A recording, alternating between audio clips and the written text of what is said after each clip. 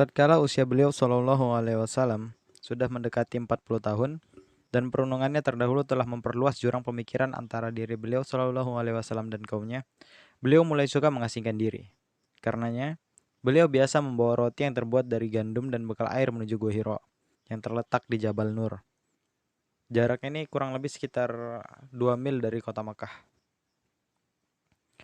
Gua ini merupakan gua yang sejuk, panjangnya 4 hasta, lebarnya 1,75 hasta dengan ukuran zero al-hadid atau hasta ukuran besi. Beliau tinggal di dalam gua tersebut pada bulan Ramadan, memberi makan orang-orang miskin yang mengunjunginya, menghabiskan waktunya dalam beribadah dan berpikir mengenai pemandangan alam di sekitarnya, dan kekuasaan yang menciptakan sedemikian sempurna di balik itu.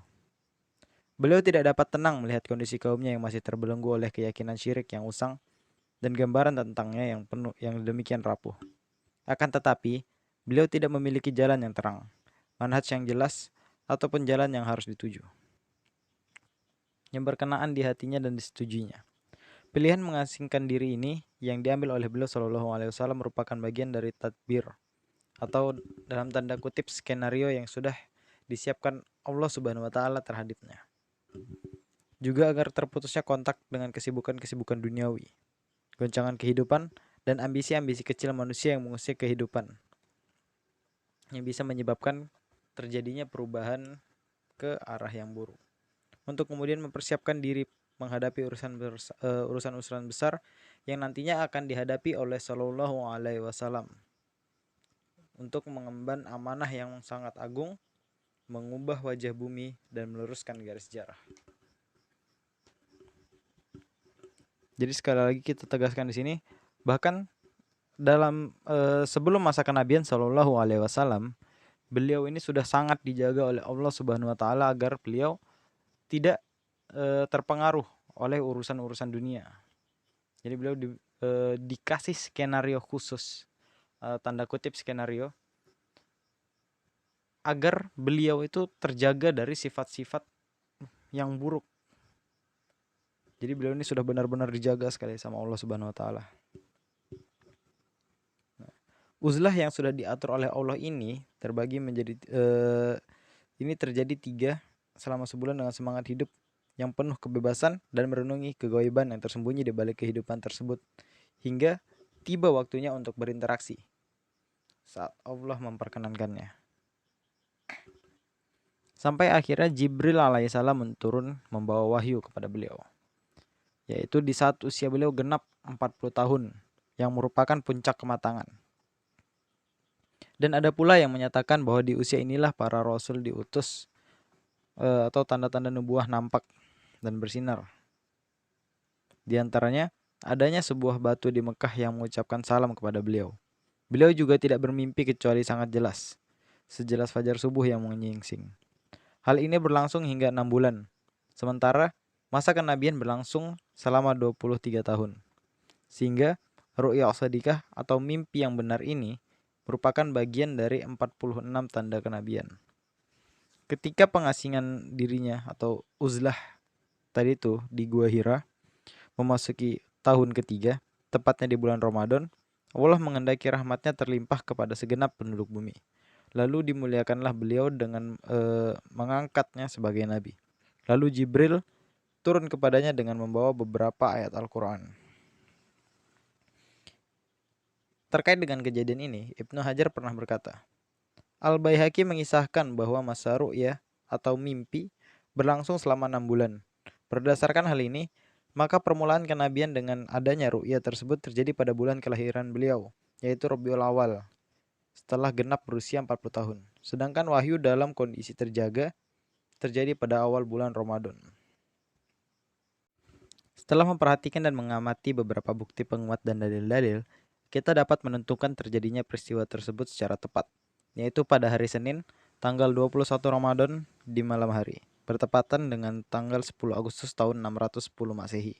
Tepatnya beliau saat itu berusia 40 tahun, 6 bulan, 12 hari, menurut kalender Hijriah, dan sekitar usia 39 tahun, 3 bulan, 20 hari berdasarkan kalender Masehi.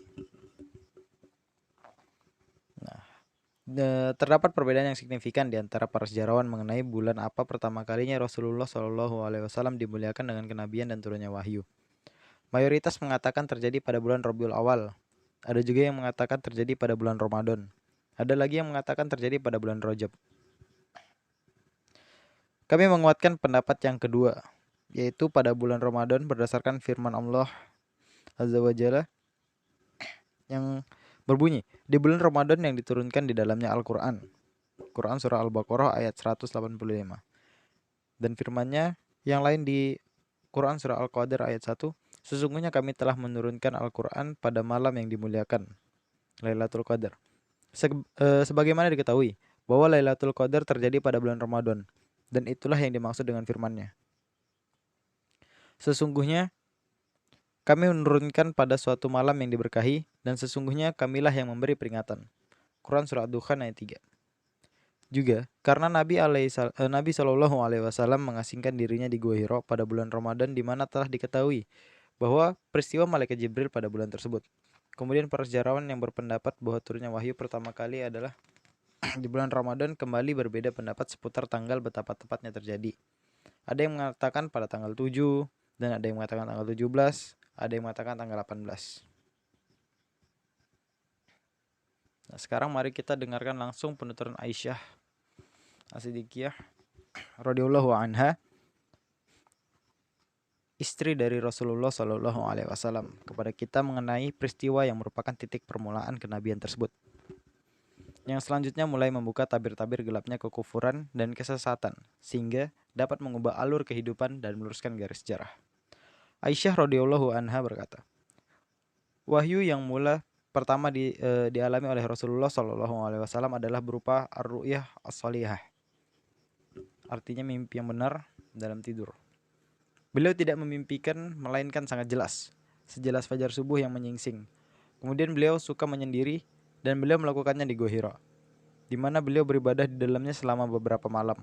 Selanjutnya kembali ke keluarganya dan mengambil perbekalan untuk itu.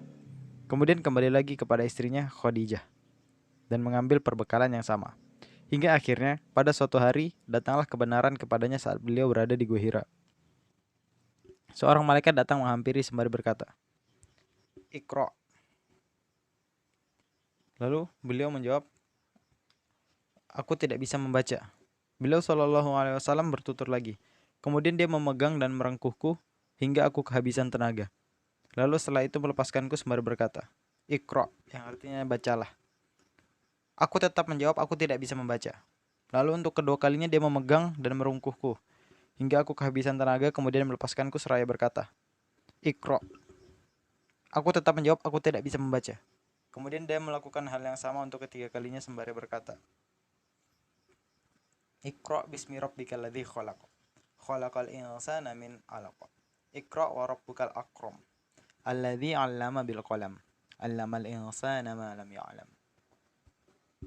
Yang artinya, bacalah dengan menyebut nama Rabbmu yang menciptakan. Dia telah menciptakan manusia dari segumpal darah. Bacalah, dan Rabbmu lah yang paling pemurah, yang mengajar manusia dengan perantara qalam. Dia mengajarkan kepada manusia apa yang tidak diketahuinya. Quran Surah Al-Alaq ayat 1-5. Setelah itu Rasulullah pulang dengan merekam bacaan tersebut dalam kondisi gemetar. Lantas menemui istrinya, Khadijah binti Khuwailid, sembari berucap, selimuti aku, selimuti aku. Beliau pun diselimuti hingga rasa takutnya hilang. Beliau bertanya kepada Khadijah, ada apa denganku ini? Lantas beliau menuturkan kisahnya dan berkata, aku amat khawatir terhadap diriku. Khadijah berkata, sekali-kali tidak akan demikian. Demi Allah, dia tidak akan menghinakanmu selamanya. Sesungguhnya engkau adalah penyambung tali kerabat, pemikul beban orang lain yang mendapat kesusahan, pemberi orang yang papa, penjamu tamu, serta pendukung setiap upaya penegakan kebenaran. Kemudian Khadijah berangkat bersama beliau menuju Waraqah bin Naufal bin Asad bin Abdul Uzza, sepupu dari Khadijah. Dia adalah seorang penganut agama Nasrani pada masa jahiliyah dan mampu menukil beberapa tulisan dari Injil dengan tulisan Ibrani sebanyak yang mampu ditulisnya atas kehendak Allah. Dia juga seorang yang sudah tua renta dan buta. Maka berkatalah Khadijah kepadanya, wahai sepupuku, dengarkanlah cerita dari keponakanmu ini. Warokah berkata, wahai keponakanku, apa yang kau lihat? Lalu Rasulullah Shallallahu Alaihi Wasallam membeberkan pengalaman yang sudah dilihatnya. Warokah berkata kepadanya, itu adalah makhluk kepercayaan Allah, Jibril, yang telah Allah utus kepada Nabi Musa. Andai saja aku masih bugar dan muda ketika itu, andai saja aku masih hidup ketika engkau diusir oleh kaummu. Rasulullah Shallallahu Alaihi Wasallam bertanya, apakah mereka akan mengusirku? Warokah menjawab, ya, tidak seorang pun yang membawa seperti yang engkau bawa ini, melainkan akan dimusuhi. Dan jika aku masih hidup pada saat itu, niscaya aku akan membelamu dengan segenap jiwa ragaku. Kemudian tak lama dari itu Warokah meninggal dunia dan wahyu pun terputus atau mengalami masa vakum. Mengenai masa vakum ini, menurut riwayat Ibnu Sa'ad dari Ibnu Abbas, terdapat informasi bahwa ia hanya berlangsung selama beberapa hari. Pendapat inilah yang kuat, bahkan dapat dipastikan setelah mengadakan penelitian dari segala aspeknya. Adapun riwayat yang masyhur bahwa hal itu berlangsung selama 3 tahun atau 2 tahun setengah tidaklah benar sama sekali. Namun di sini bukan momen yang tepat untuk membantahnya secara terperinci. Pada masa vakum tersebut, Rasulullah Shallallahu Alaihi Wasallam dirundung kesedihan yang mendalam dan diselimuti oleh kebingungan dan kepanikan. Dalam kitab At-Tabir, Imam Al-Bukhari meriwayatkan naskah sebagai berikut.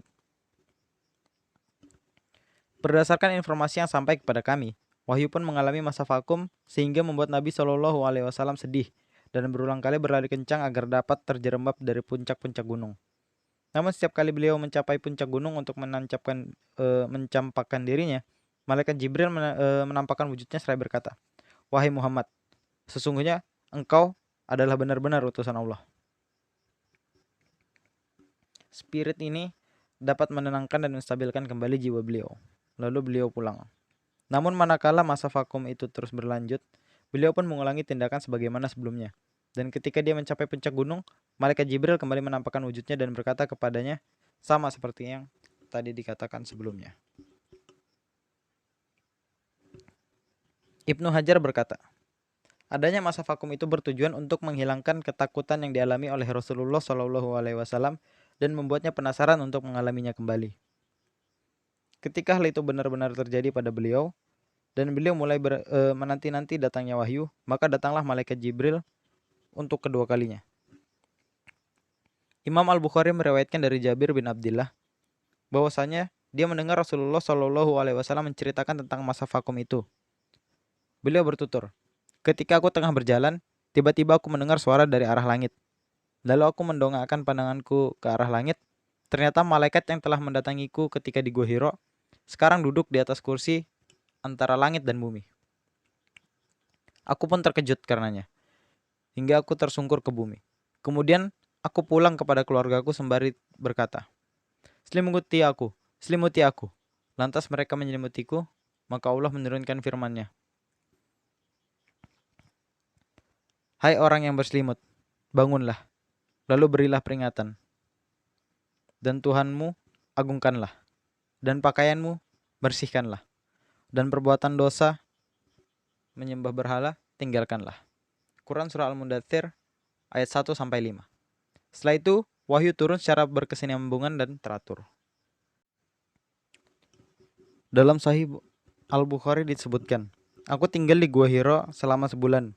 Lalu tatkala aku sudah selesai melakukan itu, maka aku turun dari gunung. Dan ketika aku berada di sebuah lembah, ada suara yang memanggilku.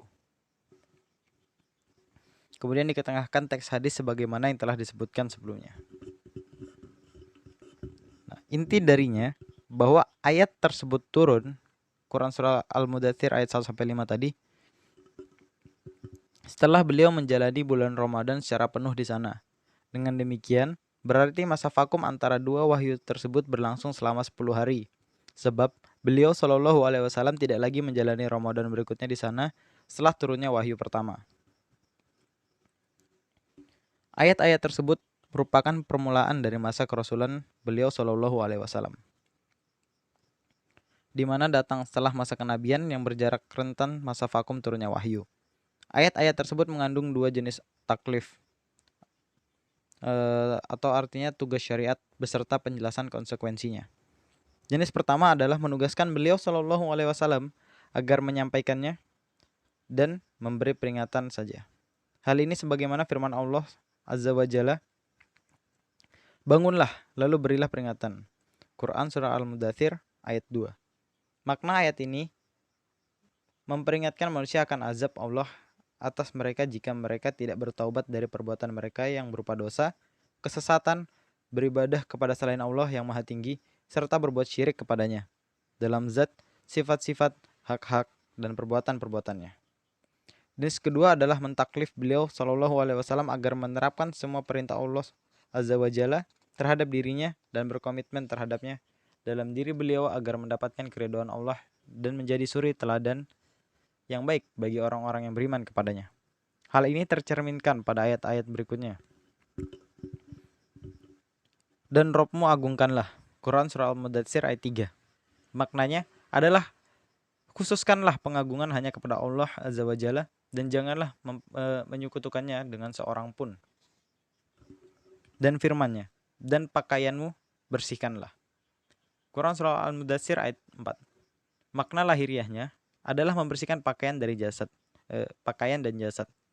Sebab tidaklah layak bagi orang yang mengagungkan Allah dan menghadap kepadanya dalam kondisi berlumur najis dan kotor. Manakala kebersihan ini dituntut untuk dilakukan, tentu kesucian dari virus dan hal-hal yang berbau kesyirikan, pekerjaan dan akhlak yang hina lebih utama untuk dituntut. Dan firman-Nya, dan perbuatan dosa, menyembah berhala, tinggalkanlah. Quran Surah Al-Mudathir ayat ke-5. Maknanya adalah jauhilah faktor-faktor yang dapat menyebabkan turunnya kemurkaan Allah dan azabnya, yaitu dengan senantiasa taat kepadanya dan tidak berbuat maksiat terhadapnya. Juga firman-Nya, dan janganlah kamu memberi dengan maksud memperoleh balasan yang lebih banyak. Quran Surah Al-Mudathir ayat 6. Yakni janganlah kamu berbuat baik karena menginginkan upah dari manusia atasnya, atau balasan yang lebih utama di dunia ini. Sedangkan ayat yang terakhir di dalamnya mengandung peringatan akan terjadinya perlakuan tidak baik dari kaumnya ketika Nabi Shallallahu Alaihi Wasallam berbeda agama dengan mereka, mengajak mereka kepada Allah semata dan memperingatkannya akan azab dan siksanya. Karenanya ayat tersebut berbunyi yang artinya, dan untuk memenuhi perintah Rabbmu bersabarlah. Quran Surah Al-Mudathir ayat ke-7. Permulaan ayat-ayat tersebut, Surah Al-Mudathir tadi, berbicara tentang panggilan langit nan agung melalui suara zat yang maha besar dan maha tinggi, yang menyeru kepada Nabi Shallallahu Alaihi Wasallam agar melakukan urusan yang mulia ini dan agar meninggalkan tidur, berselimut, dan berhangat-hangat guna menyongsong panggilan jihad, berjuang dan menempuh jalan penuh ranjau. Hal ini tergambar dalam firman-Nya, yang artinya, hai orang yang berselimut, bangunlah, lalu berilah peringatan. Quran Surah Al-Mudathir ayat 2 tadi. Seakan-akan dikatakan kepada beliau Shallallahu Alaihi Wasallam, sesungguhnya orang yang hanya hidup untuk kepentingan dirinya saja bisa saja hidup tenang dan nyaman. Sedangkan engkau yang memikul beban yang besar ini, bagaimana mungkin engkau tidur? Bagaimana mungkin engkau istirahat? Bagaimana mungkin engkau menikmati permadani yang hangat? Hidup yang tenang dan kesenangan yang membuaikan. Bangkitlah untuk melakukan urusan maha tinggi yang sedang menunggumu dan beban berat yang dipersiapkan untukmu. Bangkitlah untuk berjuang, bergiat-giat, bekerja keras, dan berletih-letih. Bangkitlah, karena waktu tidur dan istirahat sudah berlalu, dan sejak hari ini tidak akan kembali lagi. Yang ada hanyalah mata yang bergadang terus-menerus, jihad yang panjang dan melelahkan. Bangkitlah, persiapkan diri menyambut urusan ini dan bersiagalah. Sungguh ini ucapan agung dan karismatik yang seakan melucuti diri beliau Shallallahu Alaihi Wasallam dari kehangatan permadani di suatu rumah yang nyaman dan dari dekapan yang hangat, untuk kemudian melemparkannya keluar menuju samudera luas yang diselimuti oleh deru ombak dan hujan yang mengguyur. Samudera di mana di antara tarik-menarik saja di dalamnya. Maka bangkitlah Rasulullah Shallallahu Alaihi Wasallam menyampaikan dakwah dan terus melakukannya setelah datangnya perintah itu selama lebih dari 20 tahun. Tanpa sempat beristirahat maupun menikmati hidup untuk kepentingan dirinya maupun keluarganya. Bangkit dan tetap bangkit menegakkan dakwah kepada Allah Subhanahu wa taala. Mengembankan Di pundaknya beban yang amat berat dan syarat. Namun beliau tidak merasa berat dan terbebani.